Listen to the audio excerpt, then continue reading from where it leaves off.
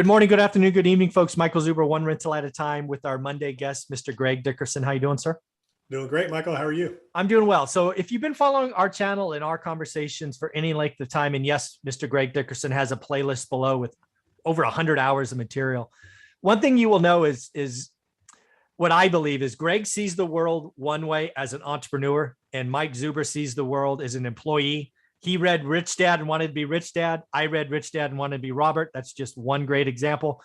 But one of the things you've told me that I want to just hit again is you never say, I can't afford something. That's a mindset I just don't have, right? I was raised in a scarcity mindset where money was the problem in my household. We never had any. And I haven't been able to shake that off. Oops, dropped something. Yeah. So for me, my dad was military. My mom was career with Blue Cross Blue Shield. So we were middle class. We didn't have a ton, but we didn't, suffer either.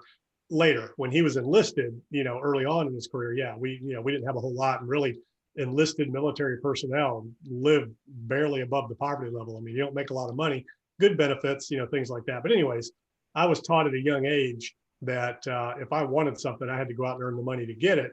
And it wasn't go get a job. It was go make money, go knock on doors, rake somebody's yard, cut grass, things like that. So those were the types of things that I went out and did, just young entrepreneur. I just would, knock on doors and do whatever to make some money to get whatever it was I wanted. And then I did work some jobs as I got a little older through high school and stuff, just because I wanted to have a job and, wanted to do that kind of thing. But I knew and recognized right away that obviously you're very limited in most positions working for somebody else. You're going to reach a max depending on your industry and what you're doing. Obviously with Wall Street, investment banking and things like that, big companies, you can rise up and make unlimited amounts of money, a lot of times, especially if you're creating your own salary in a public company and selling stock to support it. Very easy to do, right? And then I joined the military, and military's, I served my country, did my 4 years. My dad was career military. You're limited there. You can't make any more money. It's just each rank, you get more money. So what your limits are there and what your caps are going to be. So you got to make money other ways. And, I've always had a full-time job on one hand while I was building my career early on. And I always had a side business, something I did on the side to make extra money. So I always had the mindset that, I need to be doing something to get to where I wanted to be. I knew I wanted to have my own business at some point. And while I was getting the experience working towards that, in order to pay to live and pay for the things I wanted, I had to work and exchange time for money. And, the whole premise of Rich Dad, Poor Dad, when I read that book, a lot of people get real estate out of that book because Robert Kiyosaki, invested in real estate, but they forget where did the money come from to begin with. It wasn't a job. He had a Velcro wallet company. He had, all these other things that he did from an entrepreneurial standpoint to be able to invest in real estate. Rich Dad was the guy everybody came to. He had all these different businesses. Everybody was coming to him for things. And then he was, owning these companies, and then he was investing in real estate. So that's where I said, I want to be Rich Dad. I want to have all these businesses that generate cash flow to invest in other assets.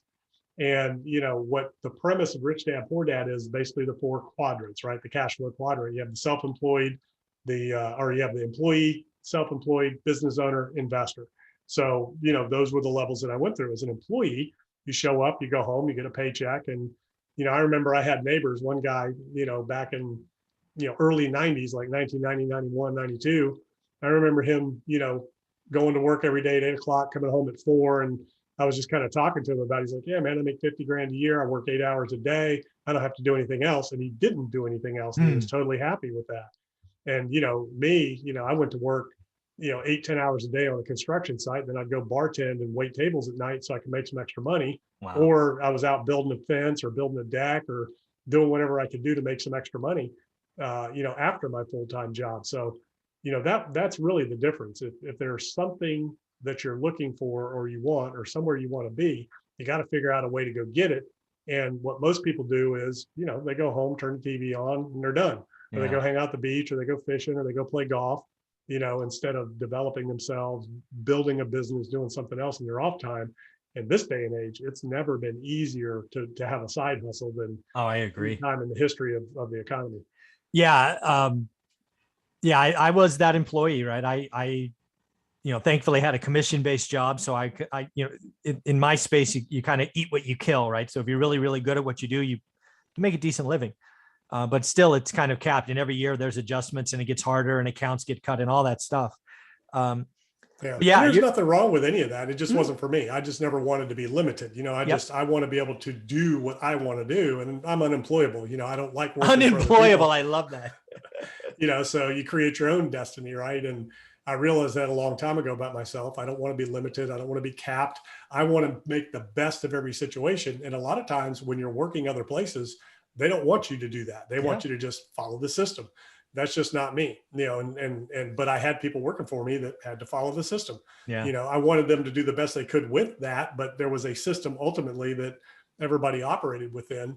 And I gave them the freedom to feel self-employed within, the umbrella of a company so that they didn't have to worry about the risks, but they had all the benefits, of being in a self-employed position with time off and flexibility and things like that. But so going from that employee mindset, which is I show up, I get paid, I go home. That's it, to self-employed. So that's where, like I started out, it was me, my truck, my tools, doing little handyman stuff. And I was limited to the amount of money I could make by the time I had that I could physically do the work. Mm-hmm. And then I became a business owner where I hired people, but I still had to be there to manage them and to provide the opportunity for them. I had to be closing the sales, lining the work up to keep them busy. So I was still involved day to day working in the business. And then you go to investor, and the investor owns the businesses, owns the assets that provide the income without having to be anywhere, anytime. And that's when I had people in the right positions, the right people in the right place, running the company day to day. So I no longer had to be there, and I had multiple companies. And then I had multiple assets that provided cash flow. And then I was doing all kinds of deals and transactions that did not require my day-to-day attendance or involvement in order to generate income and cash flow. So that's where you evolve to that, investor versus, business owner versus self-employed versus employee. So that book resonated with me, and I went on a tear after that. You did. Literally, I read that, and I read The Power of Positive Thinking. And I had read other books before that, but those were the two where I read both of them, and I said, okay, here's what I need to do. Yeah. I believe I can do it. And boom. Let's go. Yeah. And again, you mentioned Truck in a Toolbox. That's actually the name of your original video on my channel, Truck in a Toolbox. And I listen to that occasionally. And I want people to realize, right? So you served your military, did your 4 years, you come back, you're working in the restaurant industry as an employee. And then at some point you're like, no, I'm going to do my own thing. Literally Truck in a Toolbox, handyman stuff. And oh, by the way, let's remember you were married, and I think you had 2 kids at the time, right? Yeah. And you're like, I'm out. I'm going that way, right? So pretty amazing. I just quit my job and said, this is what I'm going to do. And, but I'd already started doing stuff on the side. So sure. I knew I could do it. I had some tools, that kind of thing. I was handy. I'd developed my skills, and, I'd had a couple of side businesses along the way before I just full on stepped out and said, this is it. I'm doing it. Yeah. And I caught it at the right time. I mean, I was very lucky. I'm a hard worker and all that. And I did educate myself and pour into myself. But I mean, I stepped out in, 1997, right when the construction boom, was going. And that's why I say today, there's just so many more opportunities in every industry because we're such a service-based economy now. We're a consumption-based economy, and everybody needs services, anything and everything from what I did, handyman, construction services. I mean, you can't get anybody to do anything right now. So huge opportunity there for people in any trade that want to get out there.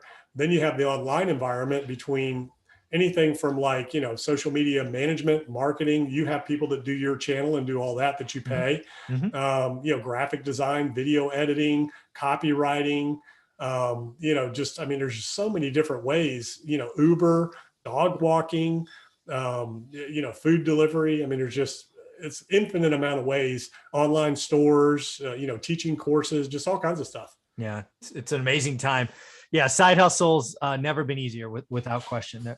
Yeah. And then, of course, you got the meme stock industry. Yeah. So, if you can figure that out and know what the next best meme stock is, which I don't think there's been any in a while since AMC and GameStop. I think Wendy's maybe a little bit, but pretty crazy. That seems to have tailed off a little bit.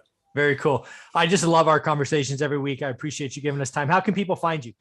Yeah. GregDickerson.com. All my information is there, and YouTube channel, podcast, and go check it out. Thank you, buddy. I appreciate your time. Yeah.